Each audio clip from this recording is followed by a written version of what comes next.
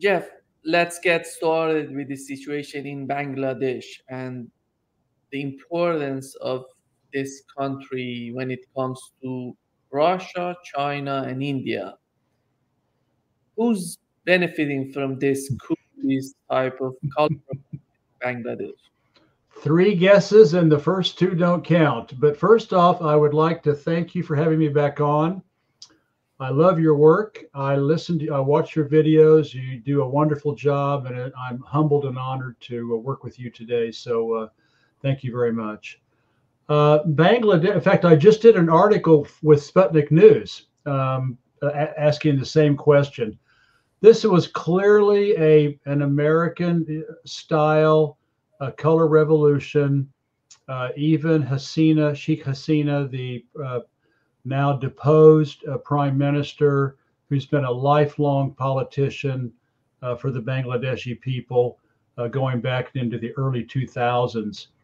And so this was clearly an American push. It was a coup d'état, and it boiled down to the United States extorting her to give the United States control of St. Martin Island. And St. Martin Island is only 3 square kilometers, but it's big enough for an airstrip and a military base. She said no, and so she had to go. And it's very similar to Hong Kong in 2019, very similar to Maidan in 2014 in Ukraine, very similar to Tiananmen in 1989 in June. This is how the United States conducts diplomacy: is either with blackmail, bribery, extortion, color revolutions, false flags, fake news, assassinations. And so they conducted what is called an astroturf protest, which was just like in Iran when they got rid of Mosaddegh, back in 1950, whatever it was. That was an astroturf. That was an astroturf protest organized out of the U.S. Embassy, paying these guys to go out on the street, create havoc, kill people, destabilize the government. They're on the. There's even pictures. I even have pictures and videos from Hong Kong showing people paying the protesters cash on the sidewalks to go protest. So this is how the United States works when someone wants to be independent and free of Western tyranny. So they got rid of her. They sent out the goons. It was organized, and of course George Soros, I'm sure, has hundreds of NGOs in a country like Bangladesh. They are there to overthrow governments that do not, bend their knees and kiss the boots of Uncle Sam. And she left the country to save lives. That's what she said in a follow-up interview. The reason that St. Martin is so important is its geographic location. It's literally it's actually directly across from Myanmar. I mean, it's an island at the very tip of Bangladesh in the southeast corner of Bangladesh, and right there is Myanmar. And guess what's right there in Myanmar?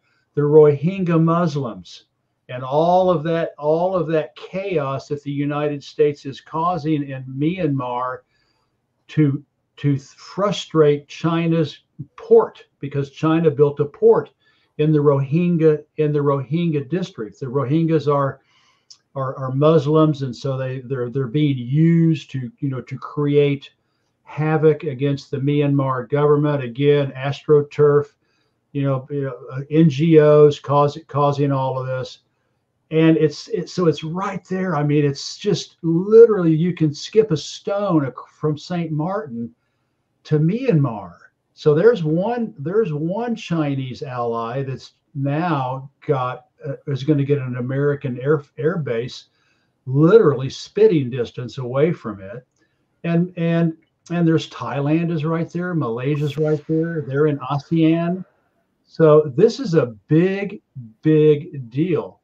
Now, of course, NATO has Diego Garcia in the Indian Ocean, but it's way down below the equator. I mean, it's in the southern hemisphere, and so it's a long way away from the action. I mean, it's a place to keep bombers and as a logistics point. But Saint Martin is just prime real estate for empire. And of course, Bangladesh and Pakistan is right there, up there with Russia, China. I mean, this was a major um, from the viewpoint of Western Empire. It was a major success because Eunice, the guy that the United States literally practically appointed to take over for her, because once she left, the American embassy pretty much took over, and so he is a Western tool. He did some nice things with his microfinancing, but he's a Western tool, and he will definitely give the United States, St. Martin, sign a contract, a leasing contract for probably some umpteen years, at least 30 years or something like that, or 50 years, and they're gonna turn St. Martin Island into Okinawa, like in Japan, which is literally an aircraft carrier in Japan for the United States. That's where most of the United States' military personnel and military bases are in Okinawa. So it's bad news for Russia. I mean, now they're going to be able to put in reconnaissance and intelligence right there. Russia and China are not very far away. India's right next door. And the United States can use now St. Martin to say, listen, we've got St. Martin now. Come, be with us for the Asian Quad, what they call the Quad, with Japan, the United States, Australia, and India. So yeah, Nima, it's not good news. I hate to say it, but it's not good news for the global South, and it's not good news for China. It's not good news for Russia, and it's not good news for India. Yeah, because the government in Bangladesh had a very good relationship with India, and we know that Bangladesh is part of Belt and Road Initiative. Oh yeah.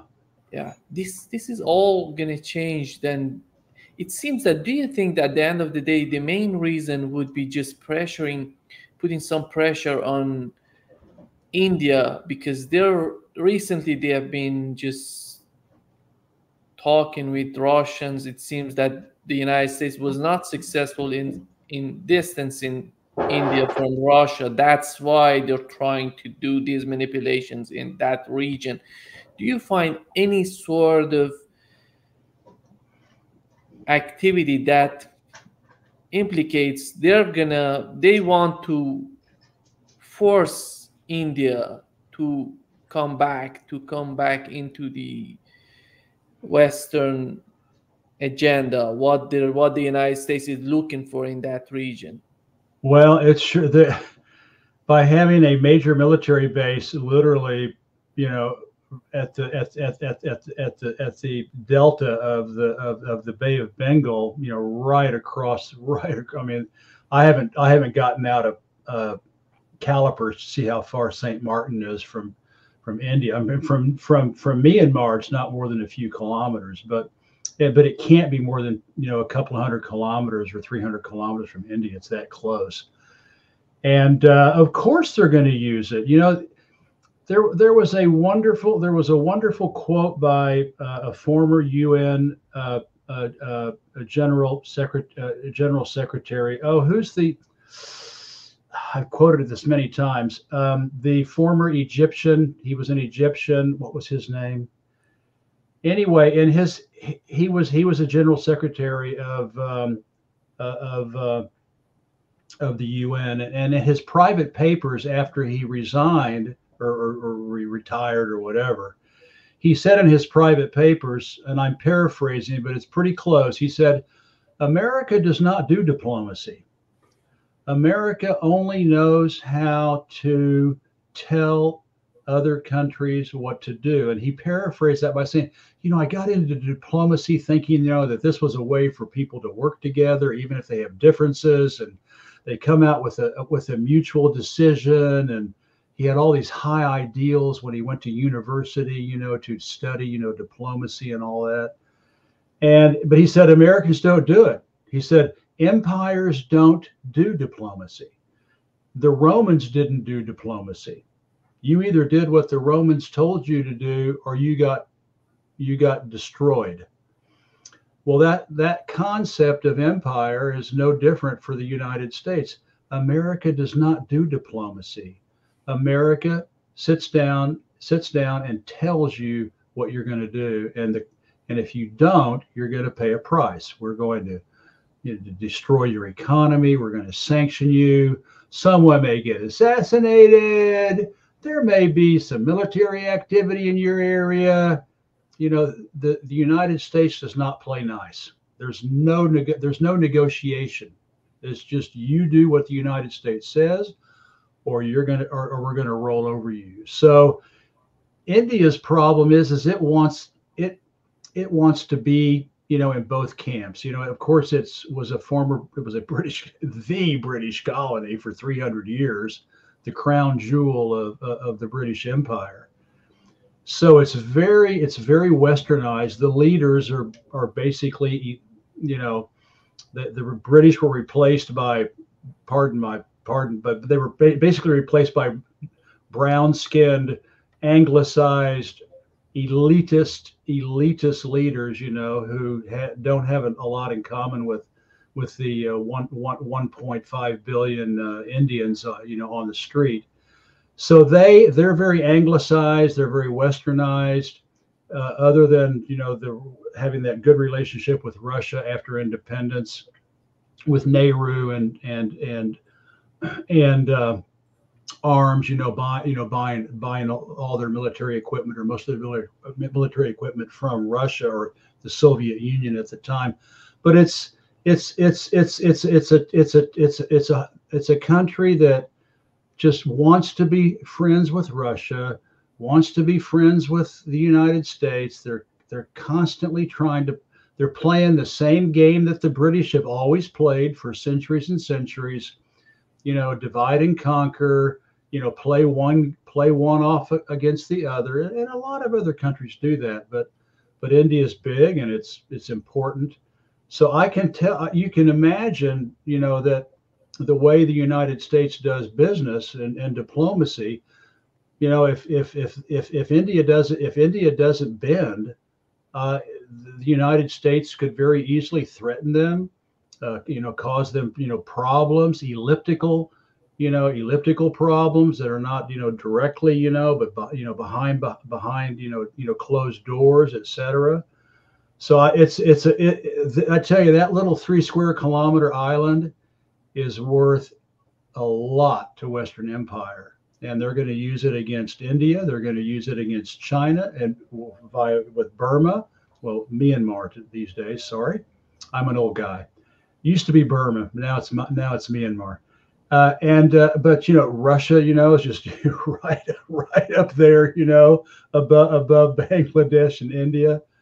It's a nightmare. It's a nightmare for the global South. It's a nightmare. That was a sad day to see that happen.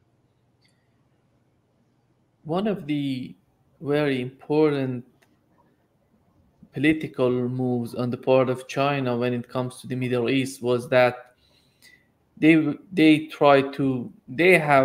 brought all these groups, Palestinian groups, together to make an agreement between these Palestinian groups. And considering that, in your opinion, what's going on in the mind of Chinese right now when it comes to the Middle East? How do they understand what's going on and what's their official position? Because we don't know what they're thinking of so far. It's not clear for us in the Western media because we're not talking about them a lot. In your opinion, when it comes to the Middle East and the situation right now between Iran and Israel and the situation in Gaza, how do they feel about it? The Chinese actually believe in the United Nations Charter, just like the Russians do, and the Iranians do, and the North Koreans, and most other countries in the world. Western Empire, NATO, Western Europe, North America, Australia, New Zealand, they do not honor the United Nations Charter, which is to not interfere in the internal governance of other countries. And that's all the West does. And that's all the West has been doing for hundreds of years. So China, and of course, China was very, very much involved in the I'm having brain burps today, but the big meeting in Indonesia back in 1964, something anyway, where Joe and Lai switched planes and lived, and because the U.S. CIA put a bomb on his plane and he switched planes and all those people died and Joe and Lai lived. They strictly believe in this. They really, really believe in this. That's why so many countries enjoy working with China, because you're not going to get the color revolution, package if you work with China. If you work with anybody from the West, France, Germany, England, even Canada, Australia, New Zealand, you are immediately in danger of color revolution machinations. China does not do that. They really, really adhere to that, and that people like that. So they're not going to get involved in the Middle East like the United States does. They're not going to, go in and tell them what to do. They're trying to do classic, 20th century diplomacy, where they're trying to bring people together. They're trying to create conversation. They're trying to create consensus. They're trying to come up with some ideas, to resolve this problem. They've come out with their peace plan that everybody loved except Zelensky, and of course the United States didn't like it, and NATO didn't like it. So this is how China works. I mean, they're constantly talking. They're constantly in airplanes. They're constantly, going to countries. In fact, I just saw Wang Yi, the foreign minister, was in Thailand today, and they're talking about more cooperation there.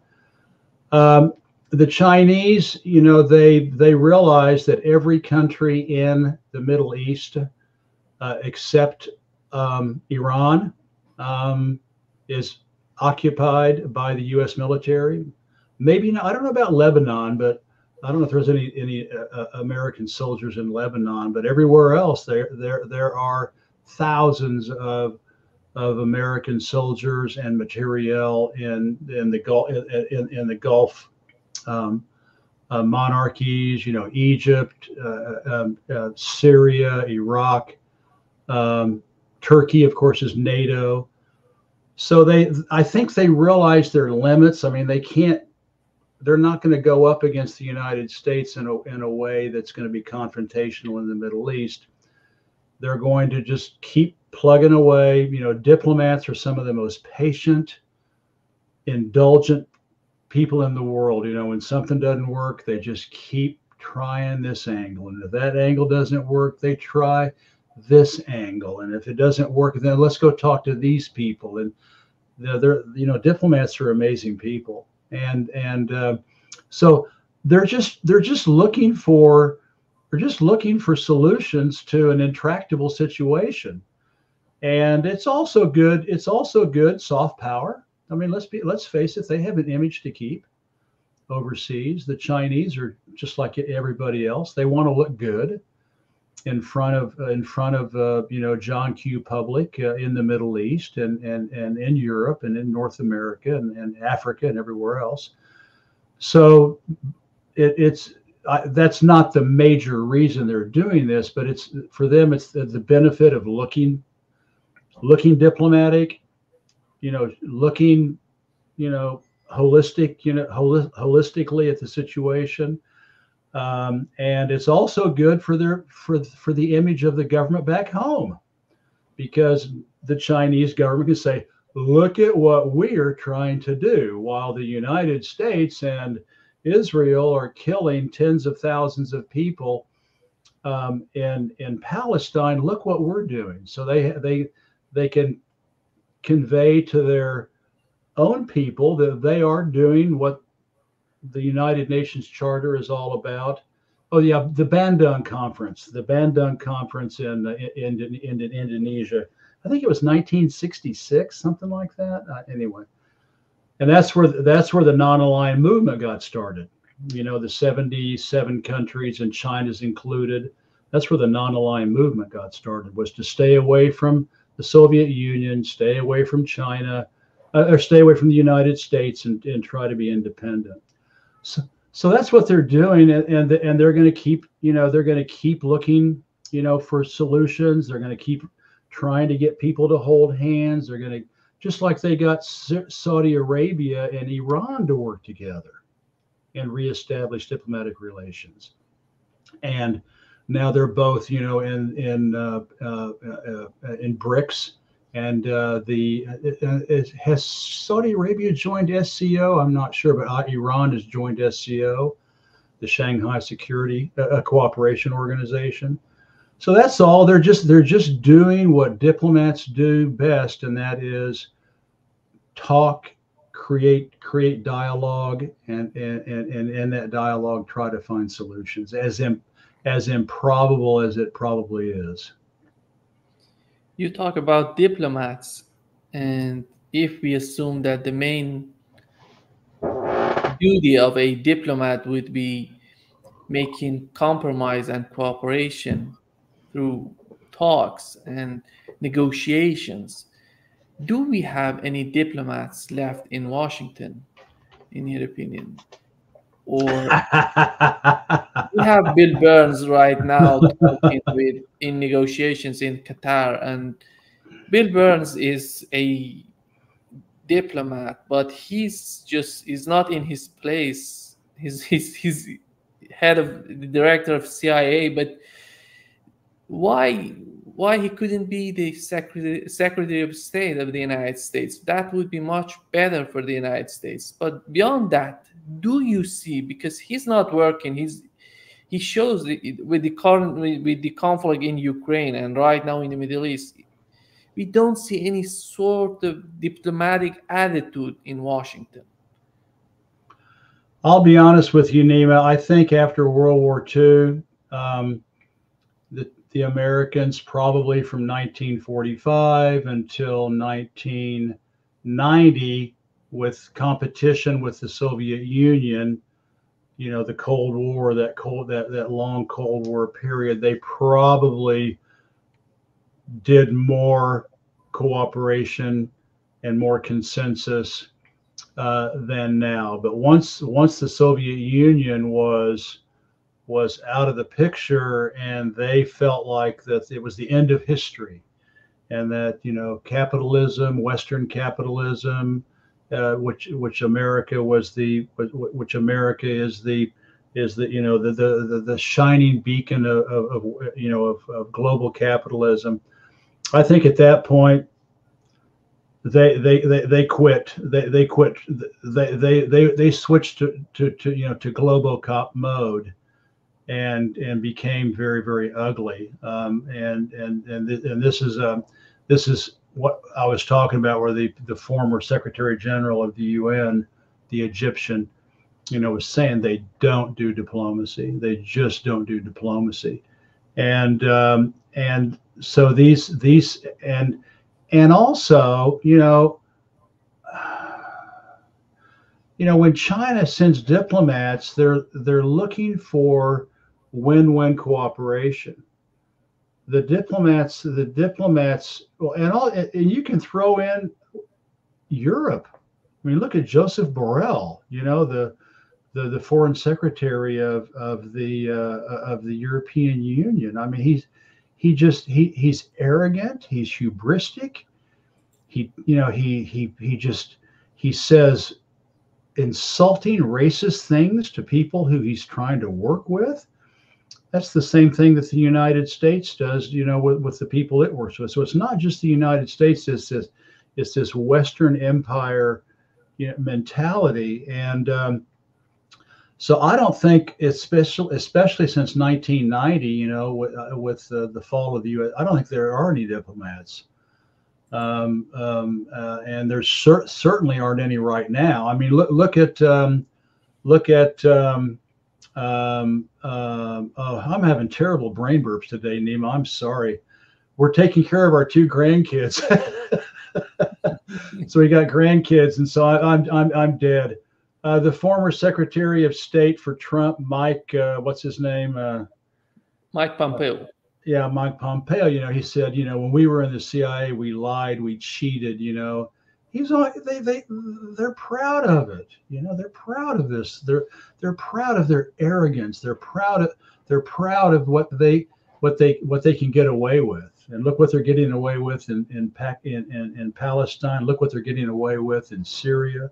Look what they're getting away with in Libya. Look what they're getting. It's just, it goes on and on and on. And so no, there's no diplomats. There's just enforcers, like the mafia. They come in. It reminds me of that story. The guy that wrote the book, I was a prostitute for the CIA. The German journalist, and he said, if they can't flatter you, if they can't buy you off, and then what they do is two guys literally with black suits and black ties show up with briefcases, and that's when the extortion comes in. You want your wife to live? Here's pictures of your children leaving school. Are you worried about them? That's how the United States works. That's how the West works. And so that they're not diplomats. They're gangsters, basically. And I mean, I'm sure there's probably some idealistic guys, in some of the smaller countries and some of the smaller, less important, countries in the world. But, the big, Russia, China, India, Europe, North America, the big important countries that they're trying to control. I'm sure I don't think there's any diplomats, just thugs. The other thing that just recently, last week, I think this week, we've learned that the United States the Biden administration said, we are going to sell weapons to Saudi Arabia. We are going to change our policy toward Saudi Arabia by selling weapons to them. In your opinion, what are the main objectives of changing the policy? And do they really think that would benefit their position in Saudi Arabia by doing this? First off, I want to go back. The former, I just looked it up while you were asking the question. The former UN Secretary General, the Egyptian who wrote that about how the United States does not do, it was Boutros Ghali. Boutros Ghali. Well, the United States, is just seeing that they're losing Saudi Arabia. I mean, Saudi Arabia, made that wonderful agreement with Nixon back in 1972, 73. We will only accept U.S. dollars for our oil, which at the time was the biggest oil producer in the world. It had a huge presence. Of course, now there's Iran and Venezuela and Nigeria and Russia, who've really come online, and so Saudi Arabia is not as important as it used to be. But back then, they Saudi Arabia signed a pact with the devil to be protected, by the U.S. military, which doesn't speak well for the leadership there. That they don't have enough trust in their people that they have to have U.S. military in their, on their territory, to protect the monarchy. But Saudi Arabia, got BRICS, and Saudi Arabia is looking at the Shanghai Cooperation Organization, and Saudi Arabia loves the Belt and Road Initiative, and Saudi Arabia has its own 2030. That's this wonderful, visionary Chinese-esque development program for the country. Who's getting most of the contracts to build all of that infrastructure? China. And so Saudi Arabia has broken the rule that they will only sell their oil in dollars, and now they're accepting Chinese, yuan. They're accepting other currencies. They're doing cross-border, currency exchanges with their customers. So I don't think that the United this was a case where the United States had to eat a little bit of humble crow, and try to get Saudi Arabia back into its orbit. But I think it's too late. I think MSB or is it MBS Mohammed MBS. MBS Mohammed bin Salman. I think he's kind of sick of the United States. I think he's just fed up. I know he treated Biden. He's treated Biden and Blinken extremely coldly. Really, really almost insulting them. I know in one case, I think it was when Biden visited him, where they sit at a coffee table, and they've got the two flags. There was no American flag. There was only the Saudi flag. They didn't even put the American flag out. So I think Mohammed bin Salman, I think he's just a bit fed up. And if the United States wants to sell him some more arms, why not? But I don't think it's going to do anything to change Saudi Arabia's baptism in global cooperation with China, with Russia. I mean, look at now MBS and Putin call each other. I mean, Xi's been there. Xi Jinping, the president's been there.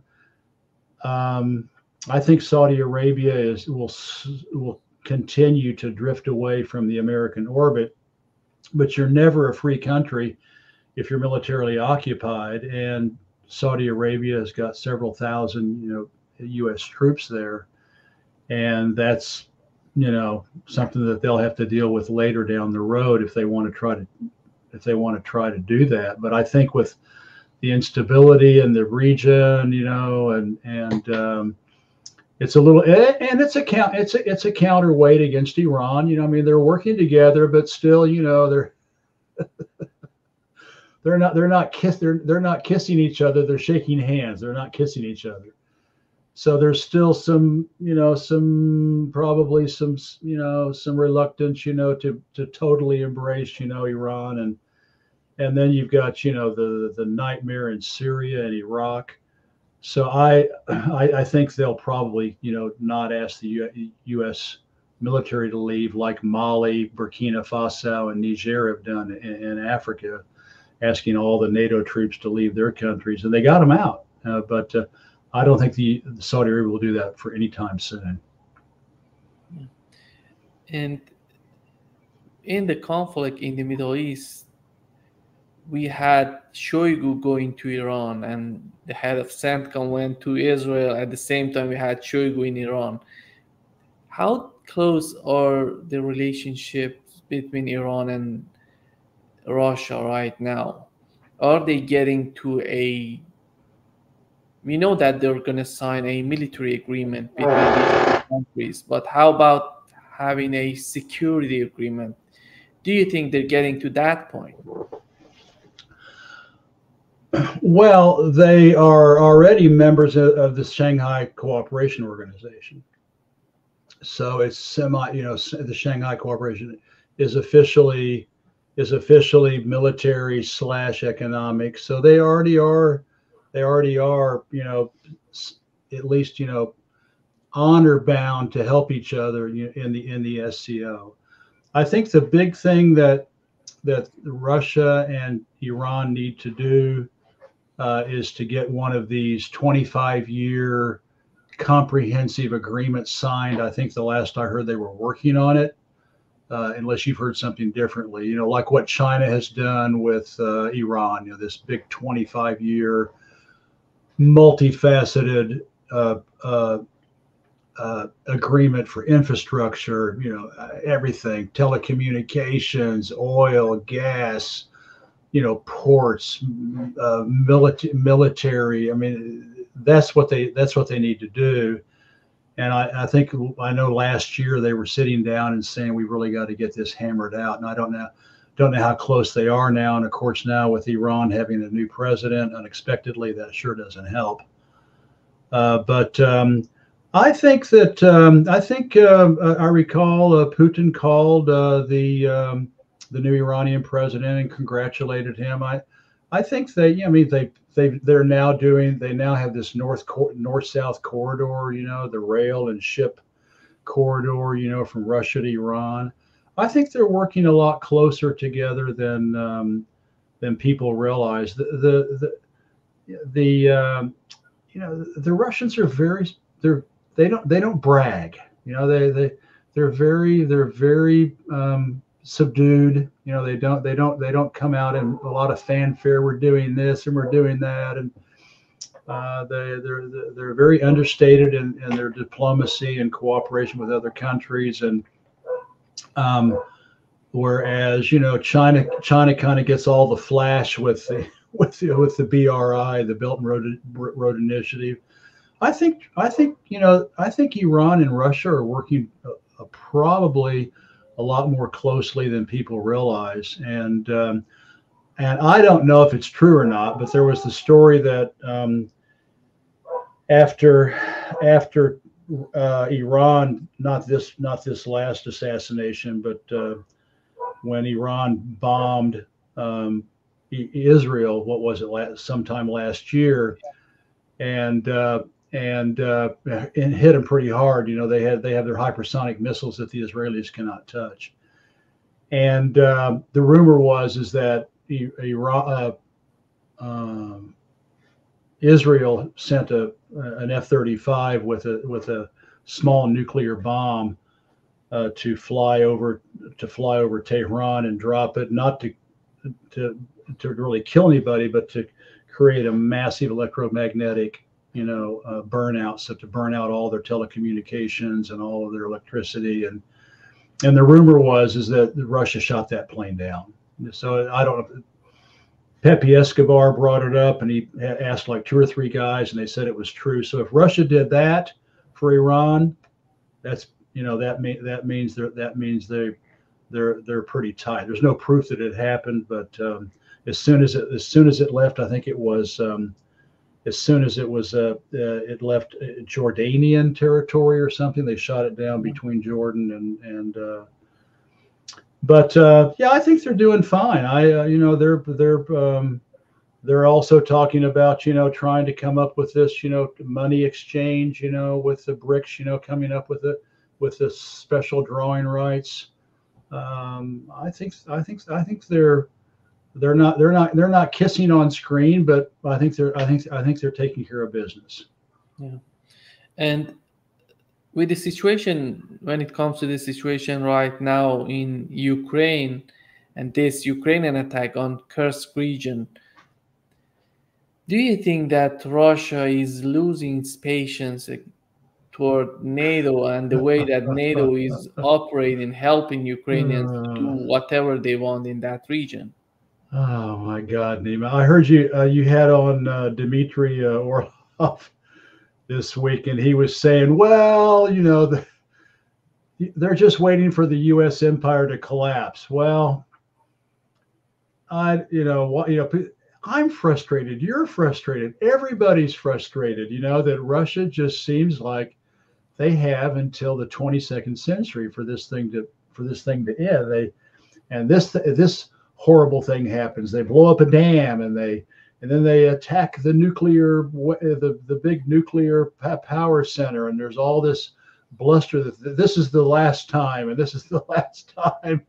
And now they're in Russian territory, and they're saying this is the last time. Although this time Putin actually said it, and it wasn't just Medvedev, the former prime minister, who said it. But I think that I think we could be waiting a long time for the U.S. empire to collapse. I mean, the British Empire really collapsed in 1904, 1905 after the Boer War, the Boer Wars in South Africa.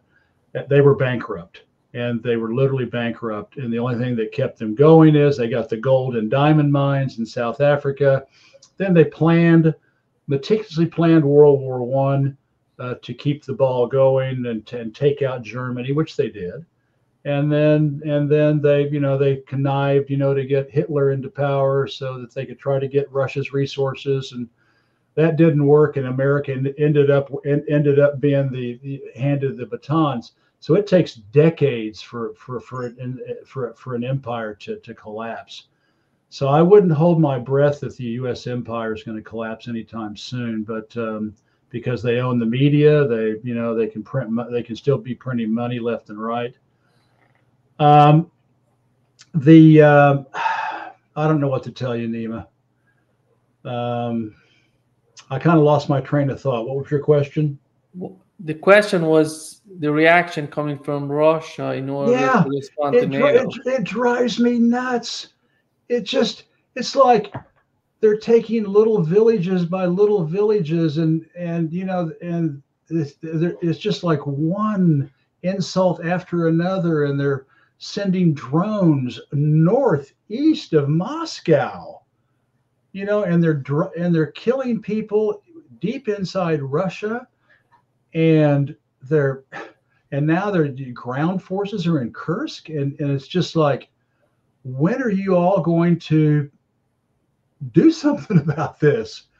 Of course, we all know that if Russia wanted to, it could do what the United States does and has been doing since World War II against Germany and Japan. We saw it in Iraq, and with the supposed Iraq wars, where they just flattened the country, and no regard for civilian life, no regard for infrastructure, no regard for anything. And so it is true, Russia is trying to avoid civilian losses. And they are, bleeding NATO dry. I mean, that's for sure. I mean, if it would be interesting to see what Russia could do, if they just picked up the pace a little in Ukraine, because right now Europe and the United States are in no position to try to ramp up their weapon production. I mean, they're just way behind Russia and China. So you're just like me. It's just like, when are you all going to start kicking some butt? When are you all going to start, rolling, not village by village? When are you going to roll into Kiev? It's just like, why don't you start blowing up? Why don't you start blowing up, the headquarters, the Rada and Kiev, and start, creating some chaos? I'm just as frustrated as you. And the only guy that's talking about it is Medvedev, the former president and he's the black hat. He gets on Twitter, and he gets on Telegram, and he says, we're going to take it to them, we're going to kill them, but it never happens. So I think we as Westerners do not understand the way Russians think. When you have a country that's been invaded about every 50 years for the last 1,000 years, that's a quote that, Putin said, we get invaded every 50 years because people want our resources. So I think they just have a completely different outlook to how to how to conduct a war like this. And that's all I can tell you, or that maybe they know some things that we don't about. I think instead of waiting for the U.S. empire to collapse, which could be which could go on for another decade or two. Let's be honest. But I think they're just waiting for the Ukrainian manpower to just be depleted. And apparently that's, they're now taking 50, 60-year-old men. They're, chasing, retirees down, on the street, send them to the front. They're sending young women. They lowered the recruitment age, I think, down to 25, and I'm sure it'll be down to 18 eventually. And who knows? There may even be child soldiers, fighting for Ukraine. So that's all I can tell you. I look at the map every day. It doesn't change, and I'm just like, oh God. So. Thank you, Jeff, for being with us today. Great pleasure as always. Thank you. Bye-bye. Bye-bye.